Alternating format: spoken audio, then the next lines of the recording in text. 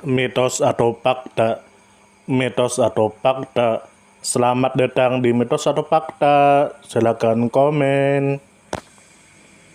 Komen. Mitos atau fakta? Kali ini kita akan membawakan sebuah cerita, yang mana silahkan Anda semua tebak apakah itu hanya mitos atau fakta yang pernah terjadi. Tentu kita semua tahu bahwa mitos itu adalah cerita yang dipercaya sebagai hasil imajinasi dan kebenarannya tidak dapat dibuktikan. Sedangkan fakta adalah suatu peristiwa atau keadaan yang benar-benar terjadi dan dapat dibuktikan. Fakta dapat diperoleh melalui pengamatan terhadap suatu objek atau peristiwa. Sekarang masuk ke video. Dikatakan bahwa pada masa lalu hidup seseorang yang bernama Husin Qodri atau yang dikenal masyarakat dengan sebutan Guru Husin Qodri. Lalu kemudian disebutkan menurut kabar yang beredar bahwa Guru Husin Qodri dilahirkan pada tanggal 17 Ramadan 1327 Hijriah. Dari seorang ibu yang solehah yang bernama Hajah Sanah Putri Niangah Putri Hamidah. Lalu kemudian disebutkan menurut kabar yang beredar bahwa sejak kecil, beliau selalu dalam pengasuhan dan pendidikan ayahnya Mufti Kiai Haji Ahmad Zaini dan Guru Adu Tunggul Irang.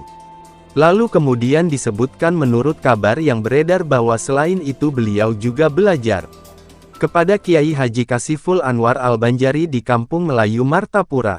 Kemudian beliau disuruh belajar oleh Kiai Haji Abdurrahman untuk belajar secara khusus tentang wifik kepada Kiai Haji Zainal Ilmi di desa Dalam Pagar Martapura. Lalu kemudian disebutkan menurut kabar yang beredar bahwa beliau sangat terkenal sebagai ulama yang wara, lemah lembut, ramah tamah kepada siapapun, sehingga senyumnya selalu membayang bagi orang yang mengenal beliau.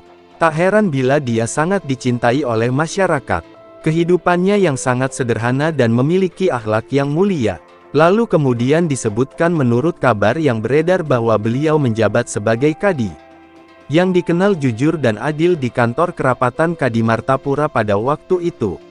Ada sekitar 15 buah langgar tempat ia melakukan pengajian secara rutin. Setiap pengajian di Masjid Jamial Karamah Martapura selalu dihadiri ribuan kaum muslimin yang melimpah ruah sampai ke halaman masjid. Lalu kemudian disebutkan menurut kabar yang beredar bahwa beliau sangat jeli dan peka terhadap situasi masyarakat. Maka ketika ia melihat hal-hal yang bertentangan dengan hukum Islam meskipun hanya syubhat, ia dengan sigap dan cepat meluruskan kembali dan membimbing ke arah yang sebenarnya dengan sangat bijaksana dan penuh kasih sayang. Lalu kemudian disebutkan menurut kabar yang beredar bahwa di antara karya tulis Guru Husin Qodri adalah 1. Senjata Mukmin, 2. Manasik Haji dan Umrah, 3. Nurul Hikmah, 4. Kitab Khutbah Jumat, 5. Dan sebuah kitab tafsir Al-Quran yang tidak sempat ia beri judul. Lalu kemudian disebutkan menurut kabar yang beredar bahwa Guru Husin Qodri tercatat sebagai guru senior yang memiliki pengaruh dalam pembaharuan kemajuan di Pondok Pesantren Darussalam Martapura, yang diakui keilmuannya, baik oleh kalangan orang masyarakat biasa maupun kalangan orang-orang alim diantaranya. 1. Kiai Haji Anang Syarani Arif beliau.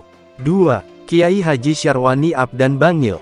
Lalu kemudian disebutkan menurut kabar yang beredar bahwa seorang ulama besar dari Aceh pernah datang ke Martapura untuk menghadiri pengajian rutin Guru Haji Husin Qodri di Masjid Al-Mukarromah Martapura pada waktu asyar. Beliau duduk di tengah-tengah orang banyak bersama temannya.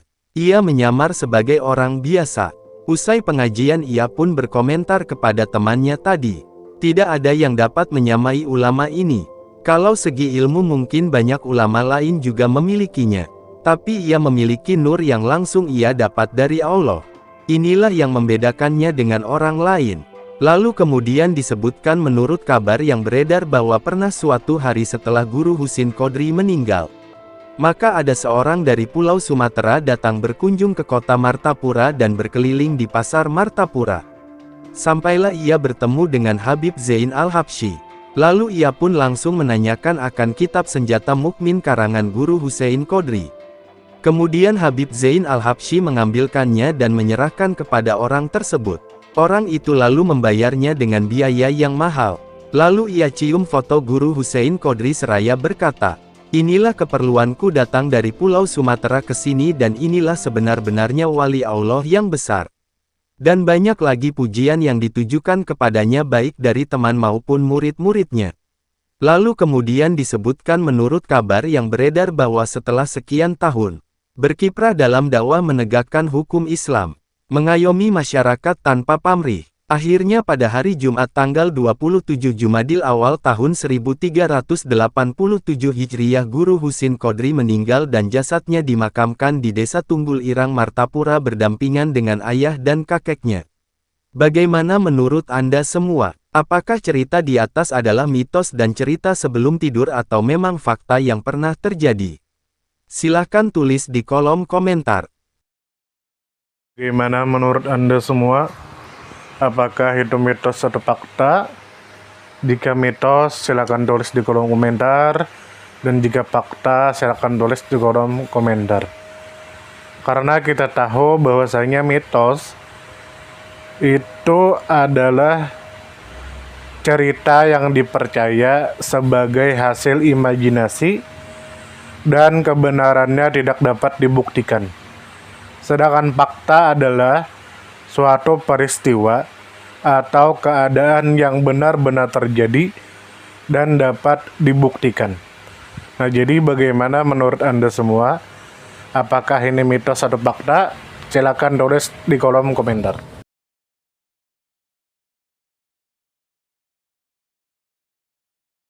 Tidur, tidur, tidur, tidur. Ayo kita tidur.